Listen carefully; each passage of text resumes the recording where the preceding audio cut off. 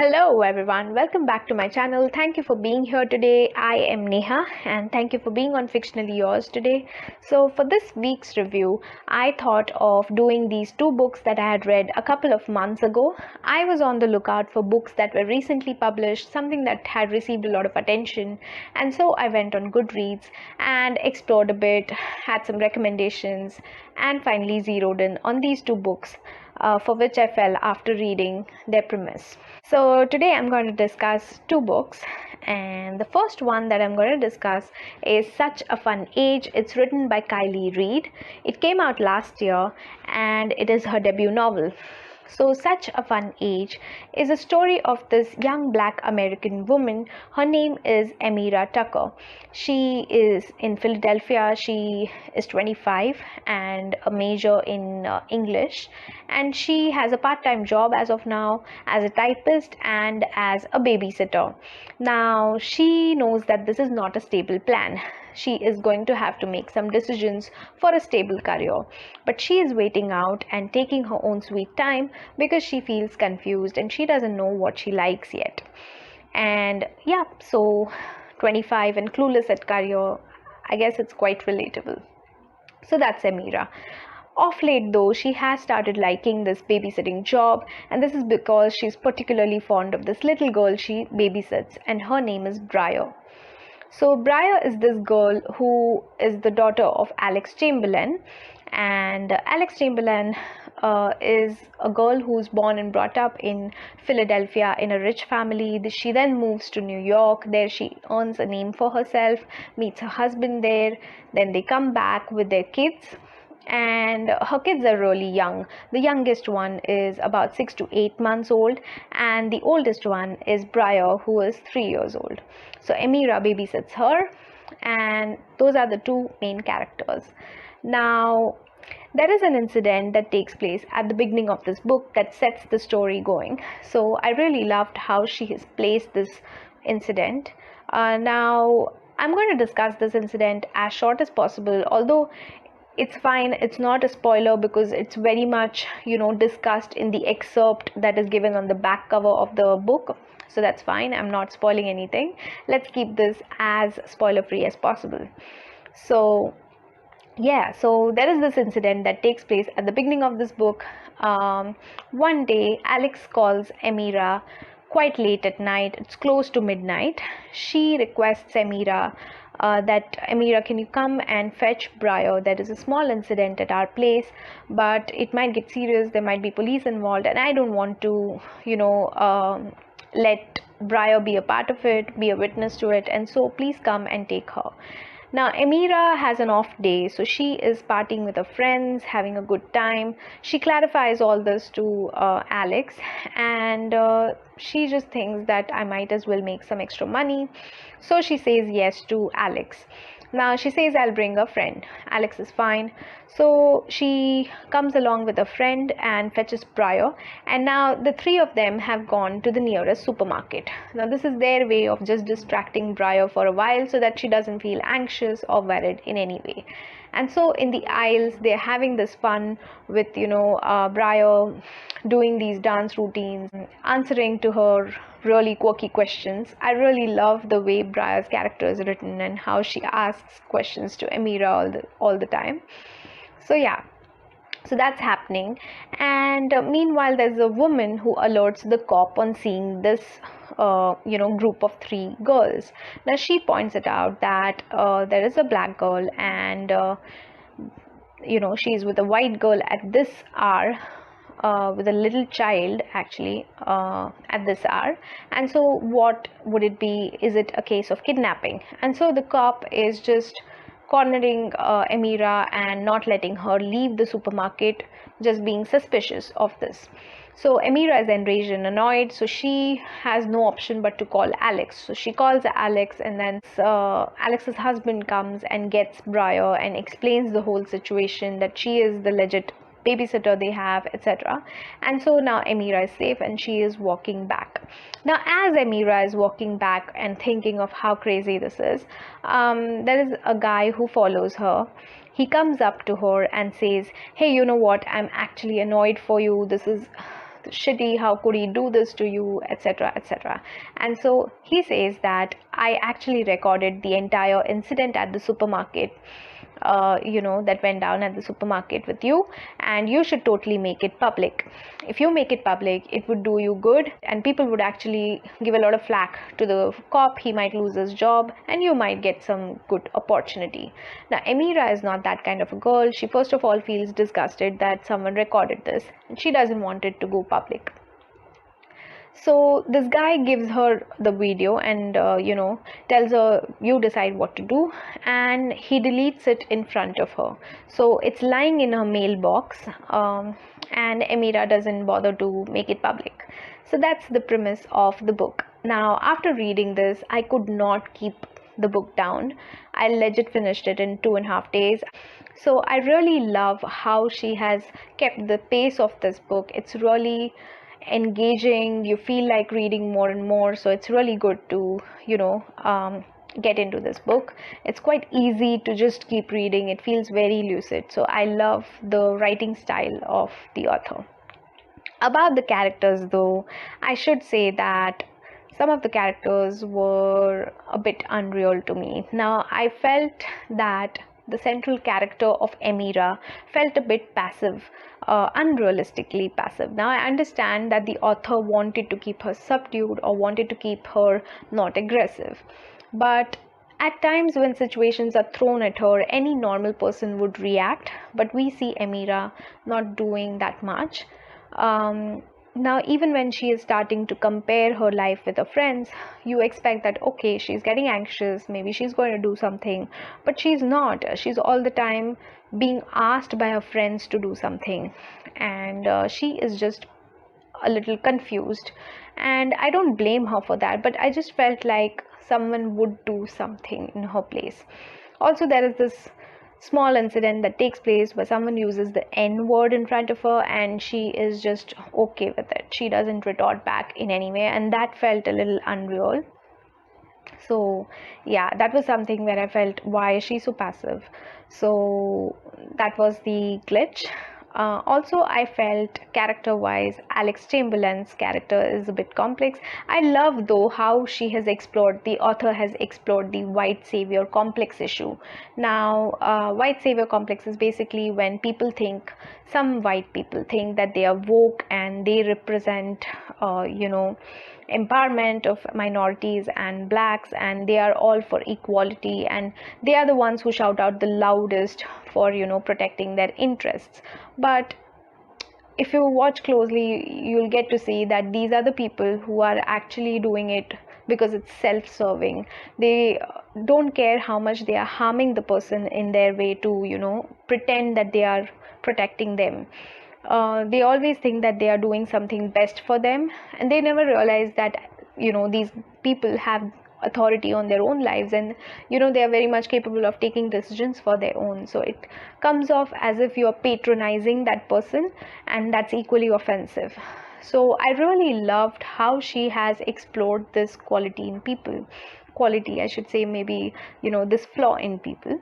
So for me, I had not read anything of this kind, especially from a black person's perspective, and so that was quite fresh to me, and I just loved the thing that she has explored. I didn't read this issue in any other book that I read so far, so I really like this. Apart from that, the ending, when we come to the ending, I do want to say that I felt it did not match up to the premise. It just felt a little hush hush. I felt like it had to end, and so it just ended. But I wish it was a little more elaborate, especially the relationship between Amira and the little girl Briar is so heartwarming. It's so good, and I really love how Amira is shown so affectionate towards the kid. But yeah, I mean, even in the end, I feel like that was a bit like it could have been better written. So I just felt like it didn't do justice to their relationship a little bit.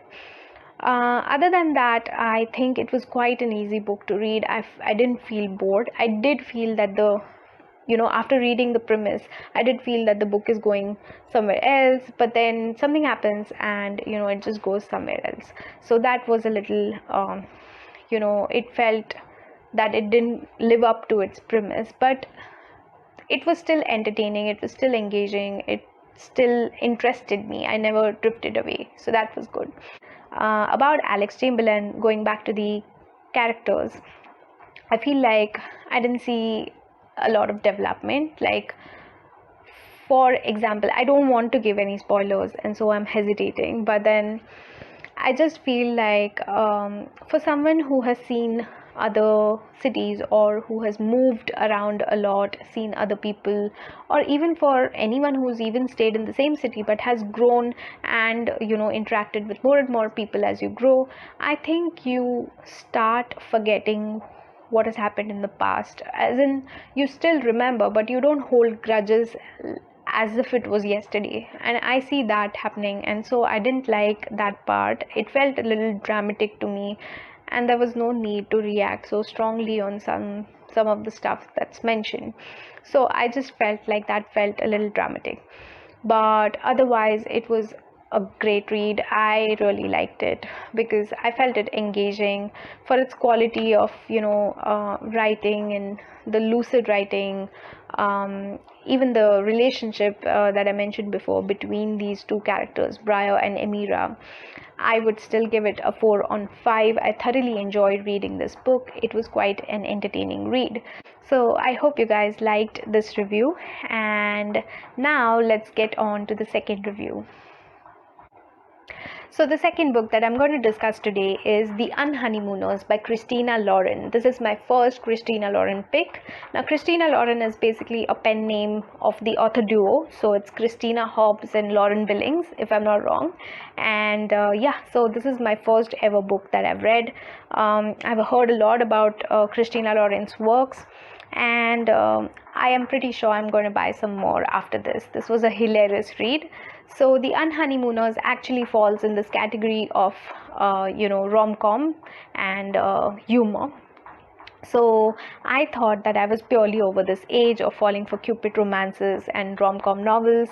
Especially after reading Kinsella during college times and stuff, I thought I was over it. But I am so wrong after reading this. I'm back into it. So thank you, Christina Lauren. So The Unhoneymooners is the story of a woman called Olive. She is about 30-ish. She is the twin sister of Amy. And the story begins with Amy's wedding frenzy. So it's the day of her wedding. She's going crazy. Everything's chaotic. And we see a lot of characters being introduced at the start of this book. Because it's a wedding, there are a lot of family members. So Amy is a bridezilla, and she is, a perfectionist according to Olive. And so everything has to be in order. She has 1,000 lists she's kept. Now, Amy also has this superpower of availing of free deals and offers and crazy deals and discounts, etc. And so she has managed to put up this whole wedding event all by herself. So she has even managed to find a crazy deal on her honeymoon, and she has this awesome deal where she wins a honeymoon to Hawaii. So she is excited. Great. And now we see Olive. Olive, on the other hand, is freaking out. She thinks that she is unlucky. Wherever she goes, there is chaos that follows. And so Olive is freaking out that there's something wrong that's going to happen during this wedding, and something does go wrong. So I'm not going to say anything. Read it for yourself. It's funny. And so something happens, and the bride and the groom cannot go to their own honeymoon. So now Amy thinks that Olive is my twin sister. She can replace me, and she can go to the honeymoon, especially because the dates of this honeymoon cannot be changed because it's a part of a deal that she won. So she requests Olive that, why do you want to waste the tickets? Just go and pretend to be me. And so Olive goes and lands up in Hawaii, but she reluctantly agrees, and she has to share it with a person she utterly dislikes, and that's the best man at the wedding. His name is Ethan. So the story is about Olive and Ethan, and after a few pages, I have to say that it is quite predictable. You know what's going to happen, at least between whom. But the journey of how it happens is really, really funny. It's worth reading. It's a hilarious read. I really loved the humor that Christina Lawrence put into this. I love her sarcasm. I love their sarcasm, since it's the author duo. Even text messages between some of Olive's cousins and herself, they're hilarious to read. So I love the writing style. The pace is really good. It keeps you hooked on. I think I finished this in a day and a half on a weekend. So yeah, it was pretty easy. I loved how she has kept it entertaining throughout. So basically, Olive and Ethan are thrown into awkward situations because they are pretending to be on a honeymoon and pretending to be a couple. And so yeah, they're thrown into all kind of awkward situations, and they really, really hate each other. So I really like this whole hate to love kind of a thing that happens between them. It's quite common, I should say, but the way it is described is really hilarious. Other than that, I think the banter between Olive and Ethan is something you should check out. It's really hilarious the way it is written. The character development. Now, I do want to say that while reading, I did feel towards the end that, I knew very little about Ethan. I just wish that there was much of a backstory for Ethan's personality or Ethan's character. But otherwise, I really liked how she's written from the perspective of Olive. So I understand that she has emphasized more on Olive and what Olive thinks. And so I really love how she's developed the character of Olive, how she's given her a real relatable kind of a persona. Mostly in rom-coms, you do see that people go for cute, unrealistic professions that are given to the leads.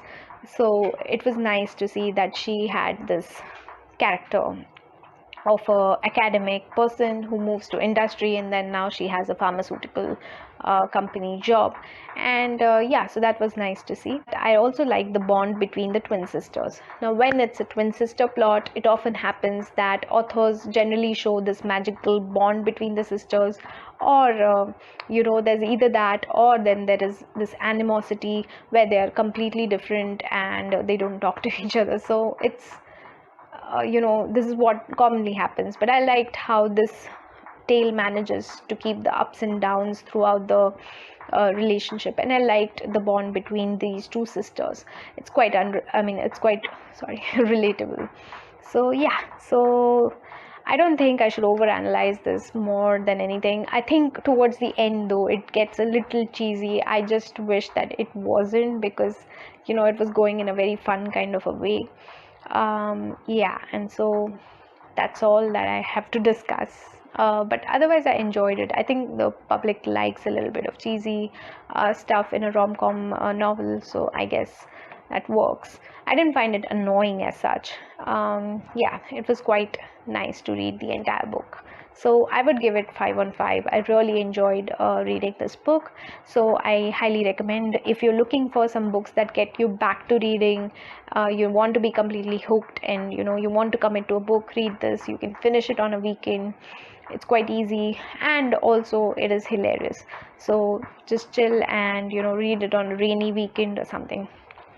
So yeah, so that's my review of both the books, Such a Fun Age and Unhoneymooners. I hope you guys liked my review.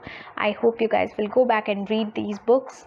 Let me know if you've already read this and what was your experience of reading these books. And yeah, so I will take your leave with this. I hope you enjoyed the video. If you did, please give it a like and share it with your friends, and subscribe to my channel if you haven't already. And yeah, that's it.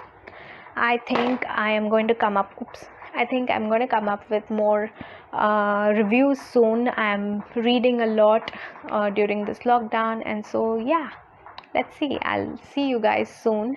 Until then, take care and bye.